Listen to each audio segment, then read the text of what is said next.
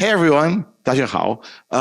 So I'm super excited to be here back at PyCon Taiwan. As Owen said, I teach Python and Pandas for a living. I've been doing it for a long time. I have my own platform. You can hear about that at my desk over there, my table. I have newsletters. I am on YouTube. Don't forget, free book drawing at 3:30. And 我有以色列的巧克力和零食. So if you want to get fat, come to my booth. But let's talk about other things.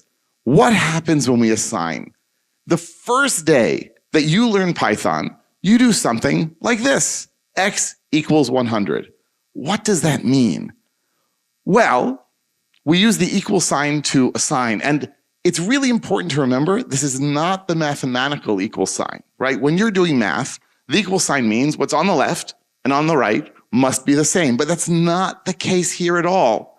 Instead, it means take the right side, evaluate what's on the right side, and take whatever value you get and assign it to the variable on the left. At least that's the simple version of this. And so it's important to remember that assignment goes right to left. Right to left. We evaluate the right side, and the result of that evaluation is assigned. So when I say x equals 75 plus 25, what really happens? It really means x equals 100. The x never knows that we did addition there. Now, there are a lot of people who come from other programming languages to Python, and we welcome them. But they often come with bad ideas. And they think that when I assign, they think that something is happening which is not. They think that when I assign x equals 100, there's a place in memory called x, or that's alias to that, and we stick 100 there. Now, why would we think this? First of all, it's easy to understand this, right? This is sometimes known as the mailbox metaphor, where we're sticking a value in a mailbox. Also, for C programmers, and we have to kind of pity them, but for C programmers, this is accurate. When we create a variable in C, we are giving an alias to a memory location. And when we assign in C, we are saying, I want to put this value in this memory location. That, by the way, is why we need typing in C and other such languages to know how much space to allocate in memory. Now, I love the Python tutor. If you're not familiar with it, at pythontutor.com, you should be. It is an amazing site that visualizes Python for you. And the problem is that in the interest of making things look easy and interesting and nice, it gives you the wrong idea. When I evaluate x equals 100 in the Python tutor, it does this, x and 100 right next to this. Here's the thing, Python does not work this way. Variables in Python refer to values. They don't refer to memory locations. They don't refer to other variables. We don't use, and I'm very sorry to use such an obscenity here, pointers. We don't use, values are anonymous. Values don't inherently have names. And one thing I like to say is if values are nouns, then variables are pronouns. They are referring to one of those nouns. Now I can go into the Python tutor and I can tell it, listen, I don't want to do it that default way.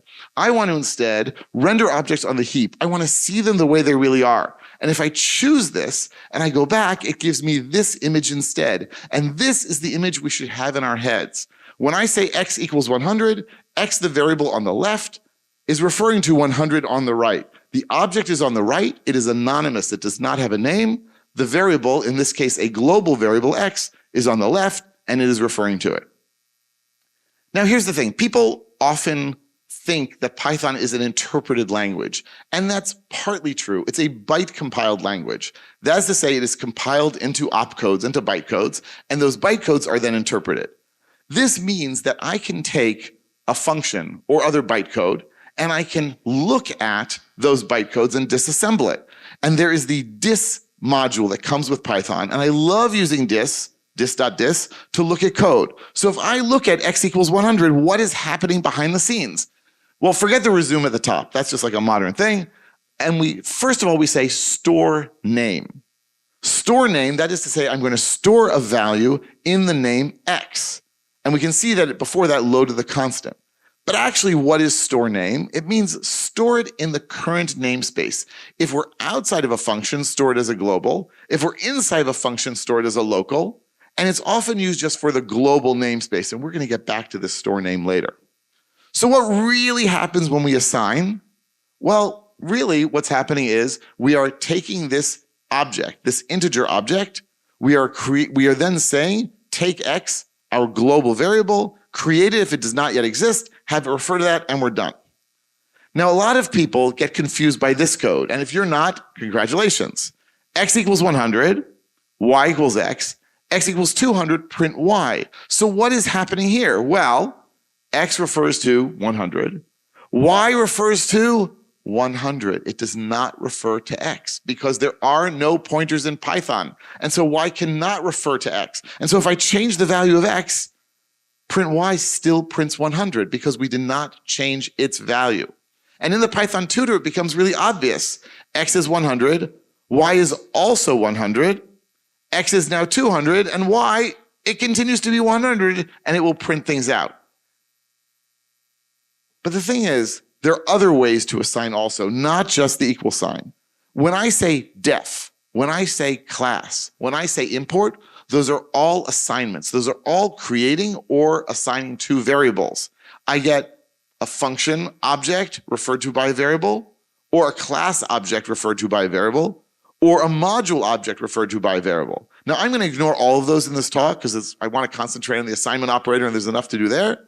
But you should realize that these are all assignments because functions and classes and modules are all first-class objects, no less and no more than strings and lists and tuples and dictionaries. Let's make things more complicated. So far, we've assigned to global variables. And Python keeps track of globals in a dictionary. And we can even see them if we run the globals function. If you run the globals function in a Python program, it will return a dictionary showing you all of the global variables as the keys and all of your values as the values. By the way, if you've ever wondered, really, can I stick any value in a Python dictionary? The answer is yes. How do we know this? Because Python does it. Because all of our variables are strings in this globals dict, and our values, which can be anything, are values in this globals dict. But globals can be a little problematic. One part of the program can step on another part of a program. Right? What if I decide to use x as a variable and my colleague also uses x as a variable? Bad news. Well, bad news for my colleague, right? Because I'm bigger. But basically, in Python, we want to make sure that this won't happen. We want to avoid these sorts of conflicts. And so if I'm inside of a function, I actually have local variables. If you don't have a function, you don't have local variables. And if you don't, and by the way, indentation does not create local variables. Many, many people believe, especially if they're new to Python, if I have an if or a for or a while, and then I indent, then I have local variables. But that is not true. It does not change the scope at all. The only thing that changes that is def within a function. And once I'm inside that function, things work very differently. So how do I declare a local variable? Well, I don't declare it explicitly because we don't have declarations in Python. Well, other than, oh my God, what an amazing language. That declaration is okay. But every other declaration of like variables we don't have. It's just done implicitly. Python's compiler notices that you have assigned to a variable inside of a function and it says, aha, I am going to keep track of this as a local variable. So if I say, for example, def my sum of a and b, total equals a plus b, return total. Well, the Python compiles this into opcodes. We said that already. And it also creates a function object. Whenever I say def, I'm creating a function object and assigning it to a variable, in this case to the variable my sum, to the global variable my sum, I should add. So where does Python keep track of these local variables? Well, the compiler notices that we have assigned to total. It also notices that we have parameters a and b. That is 3 local variables total. And so if I go to the function object and I ask its dunder code attribute, hey, what are the variable names? It will give me a and b and total. These are the local variables. Now, if you assign to a variable inside of a function, bam, you have a local variable. Even if there is a global of the same name. And the opcode, the byte code that happens, that the compiler gives us, is called store fast. So if you ever see store fast in the opcodes, that means local variable. And if you see store name, as we saw earlier, that means global variable, usually. We'll see in a moment. So I say here, def my func, x equals 100. That's my whole function. Not the most useful function in the world, I admit. But what does this look like when I disassemble it? Let's see.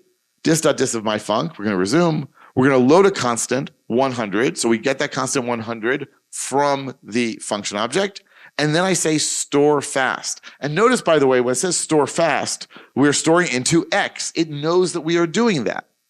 And this works great, right? This means that inside of my function, I have this local variable x, and it is totally and utterly separate from any global x that might be there, and also from any local x that might be in any other function on my system.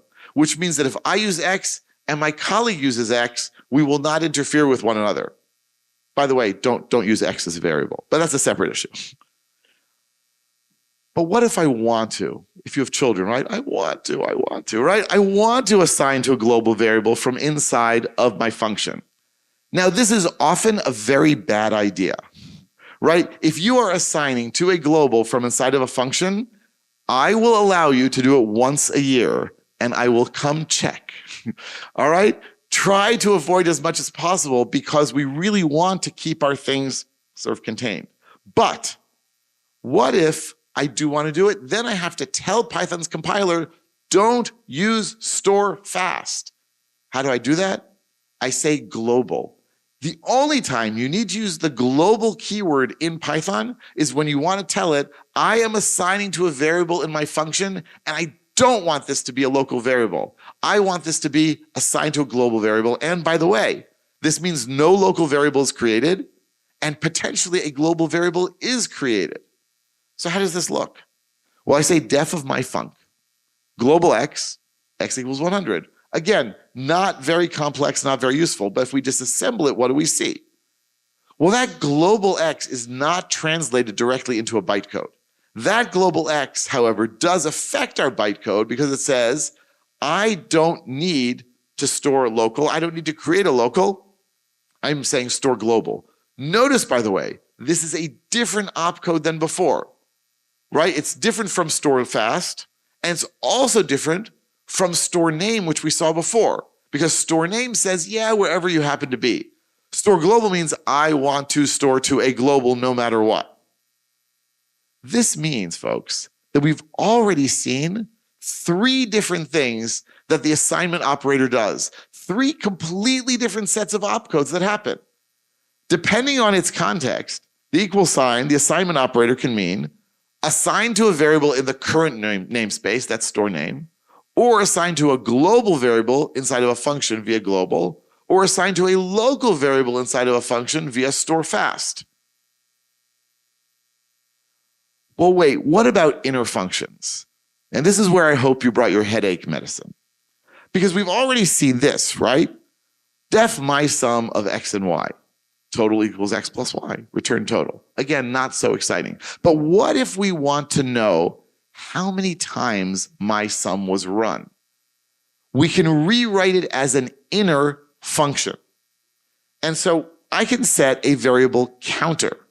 And I can set variable counter to be in the outer function that tracks how often we've calculated sums. And I'm going to show you this function, and let's walk through it little by little by little. So I say def outer. Def outer, it's a normal function definition so far, nothing crazy about it. And I say counter equals 0.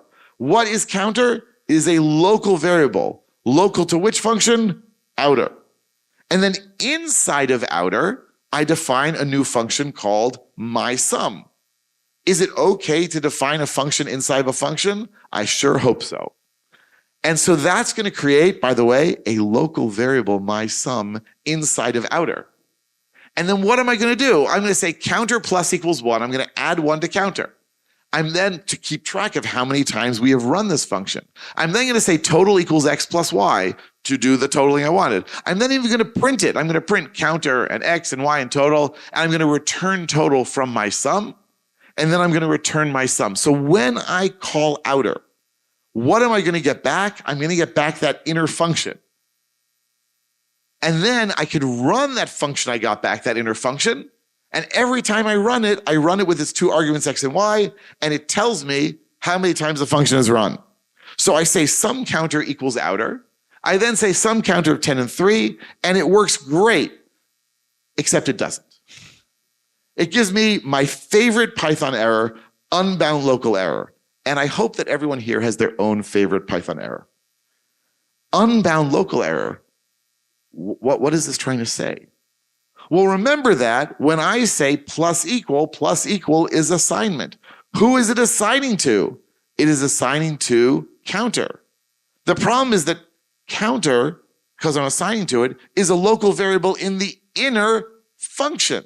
Because in the inner function it says, oh, I'm just going to add 1 to whatever the inner function's counter was before. There's just one problem. There is no counter in the inner function. And so it dies a horrible death. We want to assign to counter in the outer function. And so what do? Could we use global? No, it's not a global variable. It's not global, it's inside of a function. We can use the non-local keyword. And non-local means I want to assign to the local variable in the enclosing function. By the way, if you think that non-local is a terrible way to describe this, you are right. This is a terrible, terrible word, and yet we're stuck with it. So how do I fix this? I rewrite my function with one tiny change. I say non-local counter, and that means don't create a local variable when I say counter plus equals 1. Rather, look for a local variable in an enclosing function and assign to that. And so now I say sum counter equals outer. Now I say sum counter of 10 and 3, and it says 1, 10 plus 3 equals 13. And then I do it again, 25, and it says 2, 20 plus 5 equals 25. I could do this all day to test your math skills. What does this look like behind the scenes? Well, if we examine some opcodes from this function, not everything because it was really, really big. So it says here, store deref. Deref? Yeah, this is how we are going to access it. It says, store this in the variable called counter, which we know is not local, it's non-local.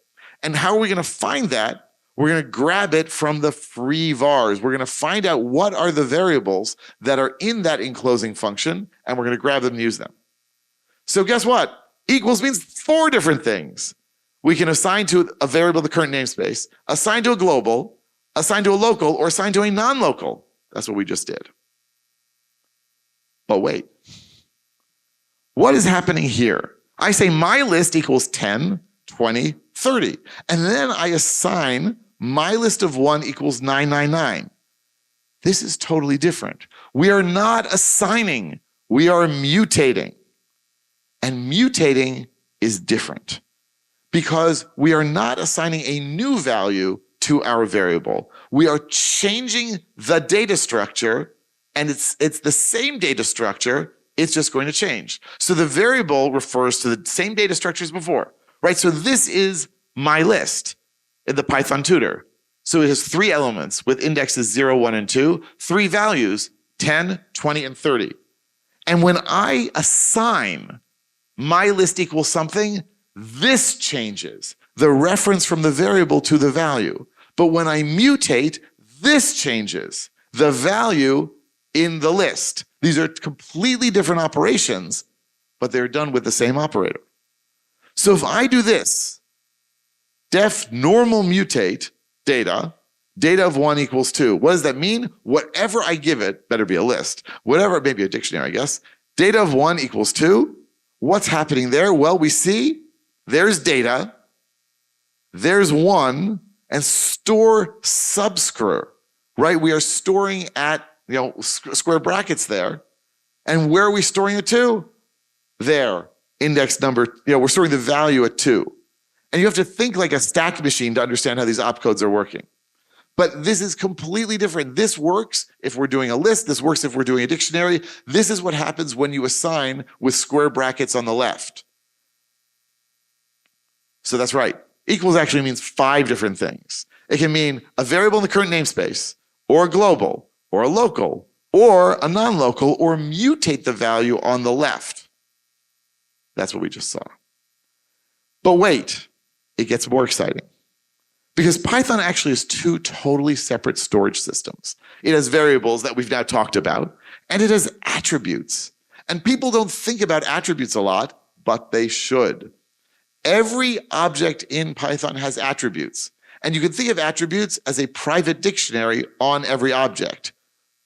By the way, they are a private dictionary on every object. So when you say a.b in a Python program, what you're saying is, I want attribute B on object A. Go into object A, grab its value at the name B, give it back to me. Now, how do we distinguish this? Variables live in namespaces. We have global ones, we have local ones, we have built-ins, but attributes are on the objects themselves, which we have said already are anonymous. So can we assign to an attribute? Of course we can. It's Python, we can do anything. So if I want to, I can assign to an attribute either one that does exist or one that does not exist, which will be added. So if I say here, import random, random.x equals 100, I have now added a new attribute x to the random module. Now this is a terrible idea, but we do it all the time when we create our own objects and we assign new attributes to them, right? This is the mechanism that we use. But what's actually running here? Well, if I say def set random x, and I say random.x equals 1, 2, 3, 4, what is really going on behind the scenes? Well, first of all, we have to load the global random because it is a global variable random referring to the module. And then we say store adder. And store adder means I want to store in this attribute called x on the value we got from random, and the value we're going to do is 1, 2, 3, 4. That's that load constant that we got before. So this means that actually the equal sign means 6 different things. Assigned to a variable in the current namespace, assigned to a global, assigned to a local, assigned to a non-local, mutate the value, or assign a new value to the attribute on the left. Yeah, but actually some attributes are special. And when we set them, when we assign to them, a method is invoked. And when we read from them, a method is invoked. No parentheses are necessary. And these are known as properties. And these are super, super weird. And yet they are essential to understanding how Python is implemented. So let's look at a simple property example. So let's assume I have a class car. And I then have a speed attribute. And actually, I'm going to make it under speed here, because I want it to be a very slow-moving car. No, I want it to be under speed because if you have the underscore at the front there, that means in the Python world, this is private, keep out, right? We don't have words like private and protected. We just are gentle and polite and say, please don't touch. And we assume that everyone on the internet will follow our instructions. Luckily, everyone on the internet is a nice guy, so we're okay. So then what do? I then have 2 methods named exactly the same thing, which is weird. The first one I define as speed, and I give it that property decorator. And so I say def speed of self, in speed getter, returns self.underspeed. So all I'm doing is I'm returning the value of self.underspeed. So far, so good. And then I say this super weird looking thing, at speed.setter. So I'm using a decorator called speed, and I'm using it to decorate a method called speed. And this is after I already had a method called speed and it has a different signature. But this is how we basically create a getter and a setter decorator in Python. And this means that even though I will feel like I'm using data, behind the scenes, I will really be invoking methods. And then in my speed setter, I can say, well, if the new speed is less than 0, too slow. New speed is greater than 140, too fast. All right, new speed. By the way, in Taiwan, that's way too fast. But boy, oh boy, even your big highways, but fine. But basically, how will this work? Well, first of all, this is all translated through the magic of decorators into class attributes. And we'll talk about that a little more in a little bit. But the idea is that when I retrieve from this attribute, this method will run in speedGetter. And when I set this attribute, actually the setter will be run. And let's see that. If I use my property, I'm going to create a new car. See how cheap new cars are?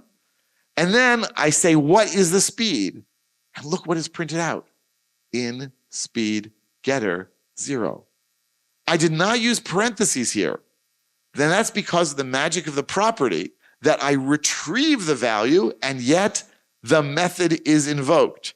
And then I say c.speed equals 100, and it says in speed setter. And I say, what is the speed? In speed getter 100. And so here, notice, I am using assignment. But how can this be? How can it be that I assign to this and suddenly a method is being invoked? Right? What's going on? And if I look here on the byte codes, c.speed equals 100, we look here and it just says store adder. So I'm just assigning to an attribute. How can it be that I'm assigned to an attribute and poof? I don't know what that was. Poof. Oh, I guess it was me. Basically, the attribute, it's not just the attribute that's being assigned to, but there's something else going on here. And indeed, we love to say in Python that there's no magic, but this is magic. Follow this because this is hard. If a class has an attribute and that attribute is a property and we assign via the instance, then we invoke the property's setter method. So it has to be a class attribute, and that's what we did when we set that property there. But we access it via the instance, then we're okay. Descriptors. Properties are simple versions of descriptors. Now I'm going to tell you right now, I'm going to show you descriptors. You will almost certainly never, ever need to write a descriptor. But understanding them actually deepens your understanding of what's going on in Python. So here is the descriptor protocol in Python. We define a descriptor class with dunderGet and dunderSet. We define an owner class and set a class attribute to an instance of the descriptor. And then if we assign to the descriptor via an instance, the dunderSet is invoked. Meaning I can do this. Here's my descriptor class. And so I can say here, my descriptor class, I'm going to have a dunder in it with a value. I'm going to have dunderGet, I'm going to have dunderSet. Where am I going to use it? And by the way, my dunderSet here is going to print out every time we assign to it. So this is a normal seeming class. The weird stuff is dunderGet and dunderSet, these two methods. You will never create your own instance of this descriptor class as a global variable. The whole point of this descriptor class is that it is assigned to a class attribute. I say class owner, D equals descriptor. So basically, D is what? An instance of our descriptor. And O is going to be an instance of owner. So now I have a descriptor, and this is a class attribute, an instance of descriptor. And then what happens? I say O.D equals 20. Think about it. I'm now assigning to the attribute D. The attribute D is actually not on the instance. The attribute D is on the class. But I'm assigning to it via the instance. Because I'm assigning to it via the instance, but it's on the class, and because it has a dunderSet method, O is an instance of owner, D is a class attribute on owner, we assign to D via the instance, D is an instance of descriptor, descriptor is a set method, assignment runs dunderSet. And right now, this is what's printed out just because I assigned to it. And it's telling me, oh yeah, I'm self, and this is my owner, and this is my type, and so forth. This is wild. I've assigned, and this method on some other object is running. Now, inside the Python tutor, I'm not sure this really makes it easier to understand, right? Because we've got this owner instance, we've got a whole lot of objects running around. But let's make this a little more concrete, because what I've just told you is confusing at the best of times. Instead of descriptor, let's call it speed. Instead of owner, we'll call it car. Instead of D, we'll call it speed. We've recreated our property, but now we can use it in multiple classes. If I have many classes that want to limit the speed of a vehicle or of anything else, now I can use that. I don't have to recreate my property time after time after time. So I say class speed, def dunder init, def dunder get, def dunder set. And when we set the speed, once again, if it's less than 0, we'll raise an exception. If it's greater than 140, we'll raise an exception. Otherwise, we'll assign it to underspeed. And now we put the speed in the car, vroom. Class car, speed equals speed. So we create an instance of our descriptor class. Car, right? C equals car. Oops, there we go. And it all should work well. Oops. There is, however, one problem here. What if we have two instances of car? And it's not an obvious problem. Car1 equals car2 equals car. They share a speed descriptor, which means when one changes speed, it changes the other's speed. I say car1.speed equals 140, and car2 is like, whoa! So how are we going to do that? Because that's clearly not what we want. This is bad. And so what we're going to need to do is not store a single value in the speed descriptor. Instead, we will use a dictionary. Why? Because Python people solve every problem with a dictionary.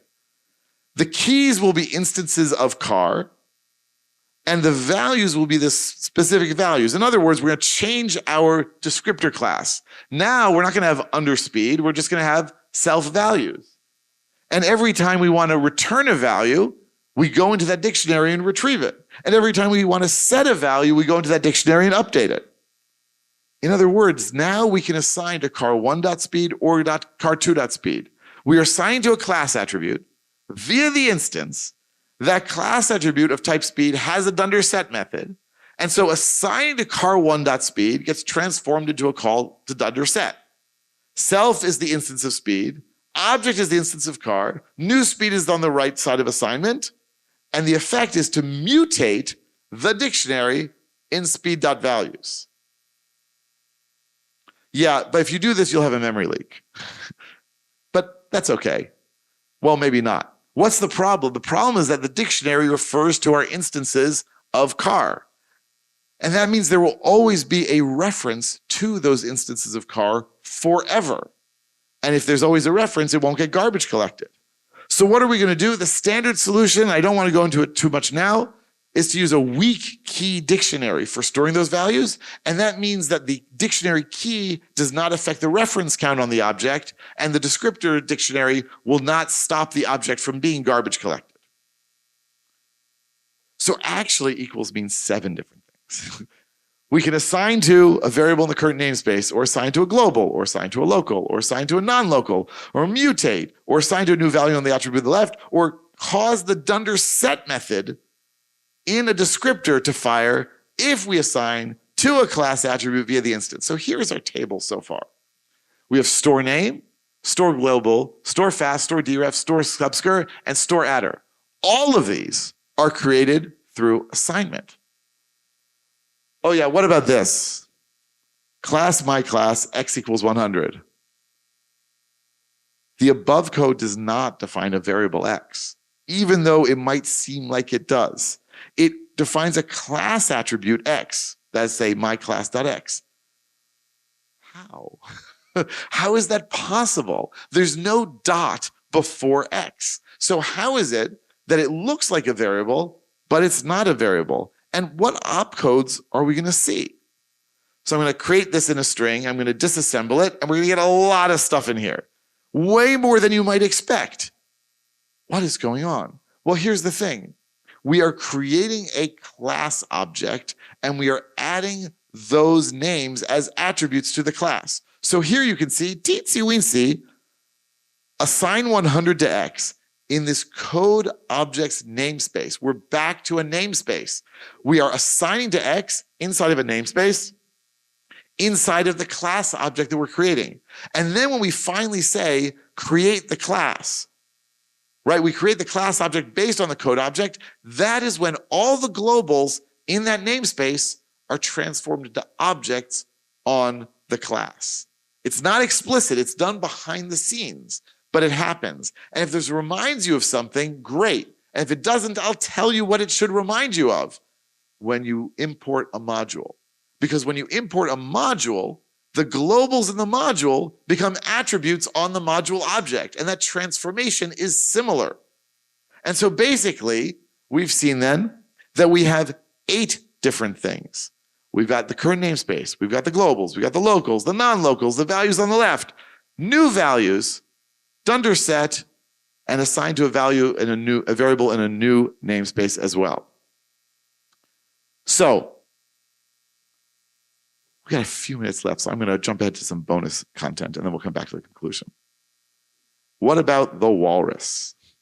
Everyone's favorite, the walrus operator. It assigns and it returns a value. So what's going on there? If I say here, once again, x equals 100, great. But if I say x colon equals 100, actually Python does not allow this. The reason is that you cannot use the walrus operator where you can use a regular assignment and vice versa. And that is actually a great thing they decide to do. So if you can use regular assignment, no walrus. If you can use the walrus, no assignment. You need to have it in the context of an expression. And that's where we cheat. If I put it in parentheses, oh, now it's okay. So what does this look like?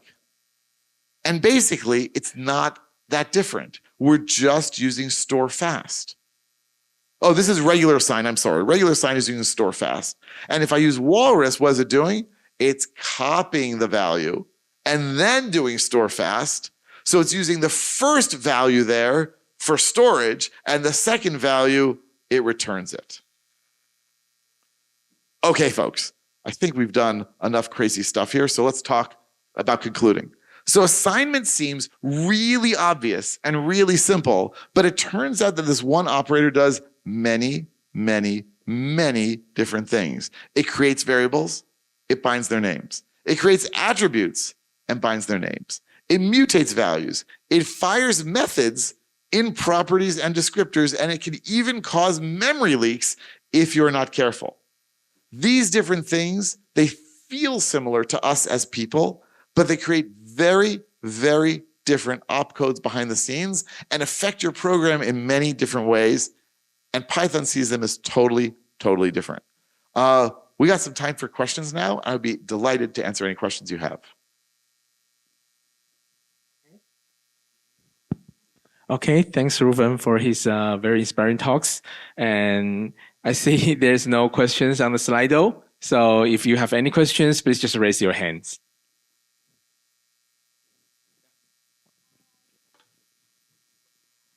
Should we use global variables? And if yes, when is a good time to use global variable? Okay, so global variables are a fact of life.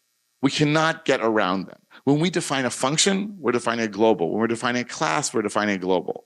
So it's more a question of, I think, how much do we want to use them? And the answer should be as little as possible.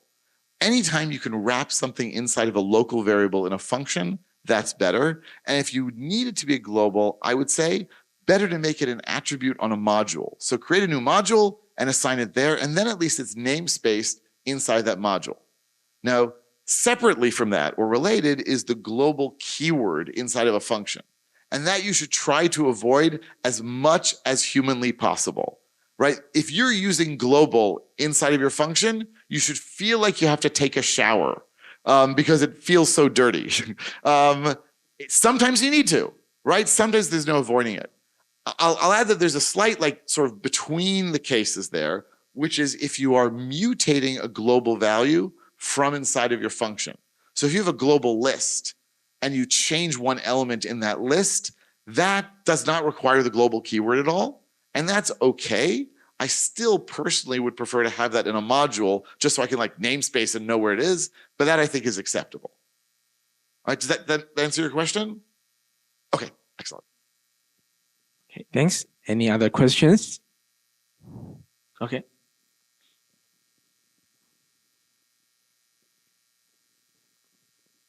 Thank you for this amazing sharing. And I have a question is about, imagine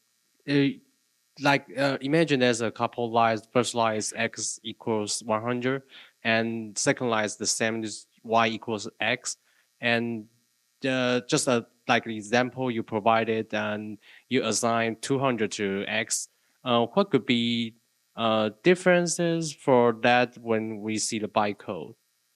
So go on, I'm sorry. Yeah, so because it's hard for me to imagine that we use store name in this case, but how does the compiler or the bytecode know which one is assigned to the specific name? Great question. So first of all, the Python bytecode that's created is for the most part really dumb, but that's great for us as people. It's not an optimizing compiler. So if you say x equals 100, it will say, I'm taking the number 100, I'm taking the name x, and I'm storing. And if then you say y equals 100, it will say, I'm taking the value 100, I'm taking the name y, and I'm storing. It will 100% copy those byte codes, and it will do exactly what you have there. Now, that's not entirely true. The newest versions of Python from the last 2 years or so, they realized that people do this a lot. And so they created a new byte code that is called store fast, store fast. And what does it do? It takes 2 names and 2 values and does the assignment together. But it's just like faster to have fewer byte codes than more, but it's still doing the same thing. So just before the change, they just repeat the same thing again and again. So might create a lot of overhead before, and now they just change to use a new OB code to replace that, right? That's right. That's Okay. right. Now, there is some optimization there in that the constant 100 is a value on the function object, and it's only stored once. So it's the same 100 that's being pulled each time. So it's not storing 100 twice, but it is definitely having an opcode for each value and an opcode for each storage, for sure. Okay, thank you. That's awesome. Okay, thanks. Any other questions?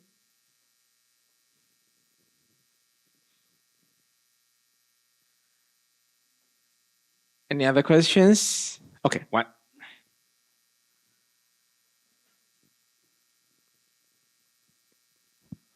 Hi. Can we back to the non-local example? Just the function inside yeah, the sure. non-local one, the counter one.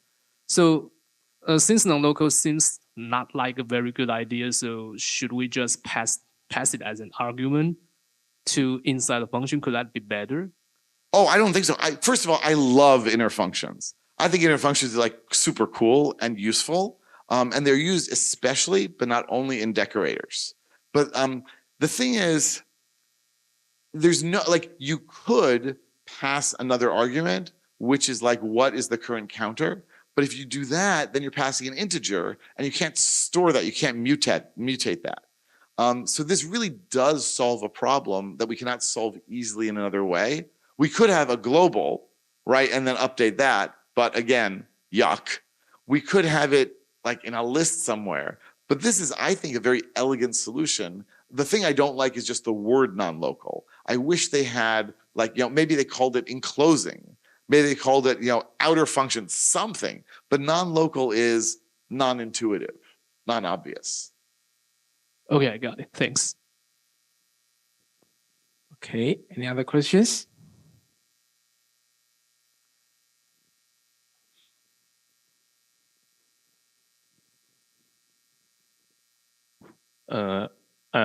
So what if we want change the function inside a class? Just like in C, we have a function pointer. I mean, just like a class, it had a function A. It do the sum, and we want to change it to do the subtract. You could just assign. So a method is a function inside of a class, but when the method is defined, Python actually says, wait, this is a method, we need to do some special stuff. It uses the descriptor protocol. Descriptors are fundamental to how methods work. And you see this every day, because if you call a method on the class, you need to provide the instance. But if you call the method on the instance itself, then it knows to pass itself to self. And that rewriting is done via a descriptor. That's the difference between a method and a function. So if you assign a new function to, instead of an existing one on a class, I believe it automatically redoes that sort of magic, and you'll just have a new method there instead, and it'll continue as per usual. So so we don't need pointers in Python, we just assign, and poof, it works. By the way, don't do that. So this is one last question. So all the assignments that we talk about is still in the Python world. What about if the left-hand side is a pandas or numpy array, and we use some indexing to assign a value. Is there any special bytecode or some kind of procedure for that? So that's a great question. The answer is no. So the cool thing is that how can it be that we use square brackets to retrieve from strings, lists, tuples, and dictionaries, and NumPy and Pandas, and we also use it for assignment there? And the answer is that whenever you retrieve from square brackets, you're running the get item method, and whenever you assign, you're running the set item method. It's transformed into a method call. Now, inside of NumPy and inside of Pandas, they take that assignment, that under set item, and they do all sorts of wild, crazy stuff. But at the Python level, actually the bytecodes will look the same. Okay, for the time's sake, because time is up, so let's give a final big applause to Reuven.